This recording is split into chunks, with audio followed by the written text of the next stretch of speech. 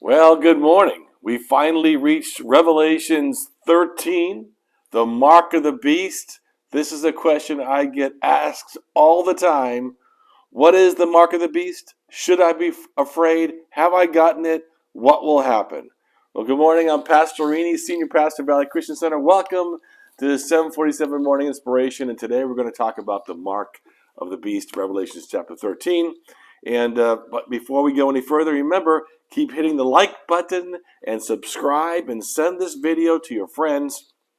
We want to get as many people together in 2022 as possible, going through the Bible together and sharing and commenting with one another. Make sure you comment today. Also, I know you're there. Say hello, and it's going to be an exciting 2022 But today we're going to talk about Revelations 13 and the mark of the beast.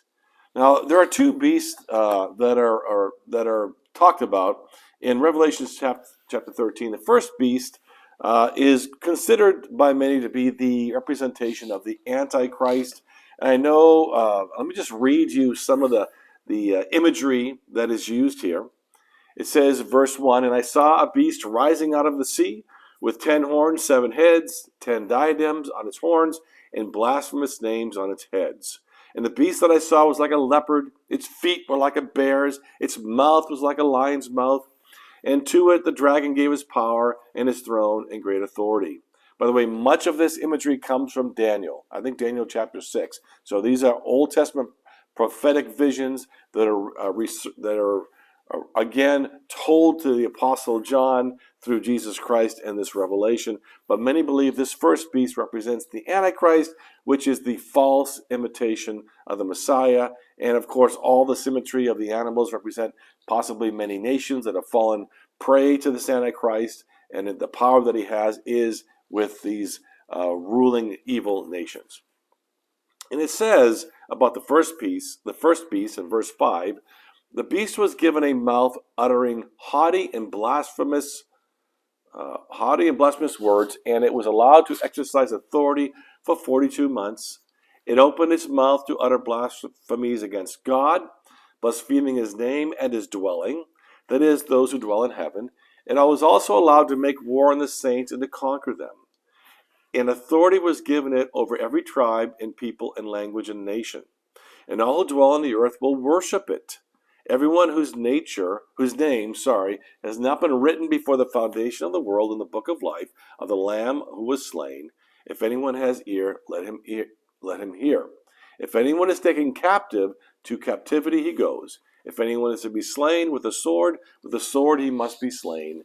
Here is a call for the endurance and faith of the saints." So again, we're talking about this great tribulation. The church had already been raptured. These are the remnants that are left behind. And in this time, the Antichrist rises as the first beast. And then it talks about a second beast, which is kind of the false prophet. So think of the first beast as the anti-Jesus and the second beast as the anti-John the Baptist. So as John the Baptist proclaimed the coming of the Messiah, the second beast is the false prophet that proclaims that the Antichrist, the first beast, is the one that we should worship. But let me go all the way down because I want to talk about where it's going, what's going to happen in humanity in this time. I'm going to say verse 13. The second beast. "It performs great signs, and even making fire come down from heaven to earth in front of people. And by the signs that it is allowed to work in the presence of the beast, it deceives those who dwell on earth, telling them to make an image for the beast that was wounded by the sword and yet lived. It was allowed to give breath to the image of the beast, so that the image of the beast might even speak and might cause those who would not worship the image of the beast to be slain." And now, verse 16, here it is.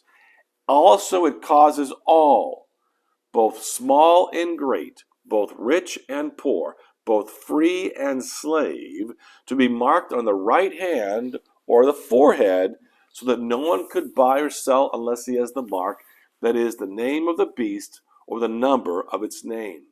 This calls for wisdom. Let the one who has understanding calculate the number of the beast, for it is the number of man, and his number is 666. So that's where it comes from. There is this moment of time where people will have this mark on their hand or on their forehead, and you cannot do any commerce without it. And so people think today it has already come. Maybe it's the RFID, on your credit card. Is it a computer chip in your body? Is it COVID-19 vaccine? Did you take the mark of the beast? See, here's where all the confusion and the worry and the fear get in. It says in Revelations, as we go on, in Revelations 20, it says that people are going to choose the mark of the beast. And they're going to say, by receiving this mark, that they are choosing to follow the Antichrist. They are choosing to reject Jesus. Two of the things that are important is that when it talks about the mark of the beast, it's different than the seal of the Holy Spirit. We are sealed by God by Him giving us the Helper, the Holy Spirit, the Spirit of truth. So Christians receive a seal from God. And the seal is not the same as the mark. As a matter of fact, if you look at the original word of it, the mark of the beast, the word for that is sharagma. It talks about an animal being branded. So the mark of the beast is like an animal being branded. But the seal that God puts on the Christians is the Greek word sphragis, S-P-H-R-A-G-I-S, sphragis, which means a proof of, or an inscription of value, a symbol of value. So the enemy marks people with a brand like an animal gets marked with a brand, a seared, ugly brand. But the people of God who've accepted Christ are sealed with a proof, a seal of a proof of these are my children. We are sealed with the proof of God. We are sealed with the presence of the Holy Spirit. When you see something shipped from overseas, let's say it's virgin olive oil coming from Italy, it has a seal on it from Italy, and that seal is a proof that is pure virgin oil. It is a seal. Unlike cattle, which receive a searing brand saying it's just livestock, and this livestock belongs to this person. So the first thing you understand about the mark of the beast is it is the mark of a man, not the mark of God. And people will choose to reject God and receive this mark. Now, indeed, there are economic problems for those who do not receive the mark. First of all, you can be killed. Secondly, it'll be difficult to buy and sell. So you will see in the Great Tribulation, there'll be this great underground, I'll call it a black market, but an underground way to do commerce. I've said it before, and I'll say it again, that I just happen to believe that as we're seeing the resurgence of these unregulated cryptocurrencies, that this may actually be some sort of underground commerce that Christians might be able to use when governments come together under the power of the Antichrist in the Great Tribulation. It's just a thought.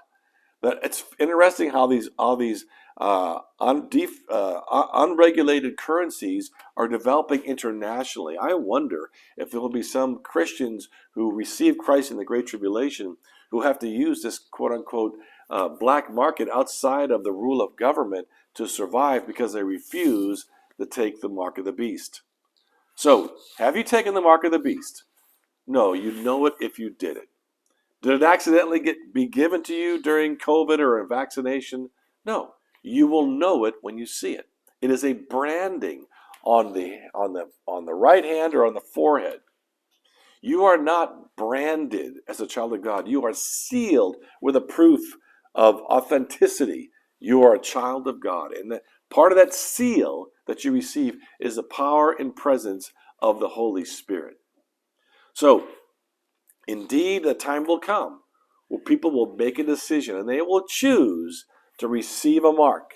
They will choose to embrace this Antichrist. They will be persuaded by this anti-John the Baptist, the second beast, this false prophet, to follow this pretend Christ, the anti of Jesus. So, 666, fear not. You are not going to take it without knowing it. You are sealed with a proof that you are the child of God. You are given the power and presence of the Holy Spirit to know that you fully follow Christ. So I hope that helps you. I hope you're not afraid, because Revelation is a reminder that Jesus has not abandoned his bride. Revelation is simply reminding us that all the way back to the Old Testament, with the great prophets of the Old Testament, with Daniel and all these prophets, Isaiah, all these prophets of the Old Testament, that all they were doing was getting believers excited that the Messiah would return and set all things in order. And when Jesus comes, that is exactly what he'll do. It is a time for rejoicing. As the signs become more evident, we should never be afraid, but rejoice. But also, we should spend much more time fulfilling the Great Commission, telling other people about Jesus. That's why every time you join this program and you hit like and you share this video and you subscribe, you may be inviting someone else who's searching to discover Jesus, so they too can have that seal of approval with the living God. So when you were with relatives and friends, invite them to join us at 7:47, because we can watch it any time of the day. And then comment live so I can see that you're there. And then we will pray for one another that God will sustain us as we fulfill the work he has for us. Well, I love you all.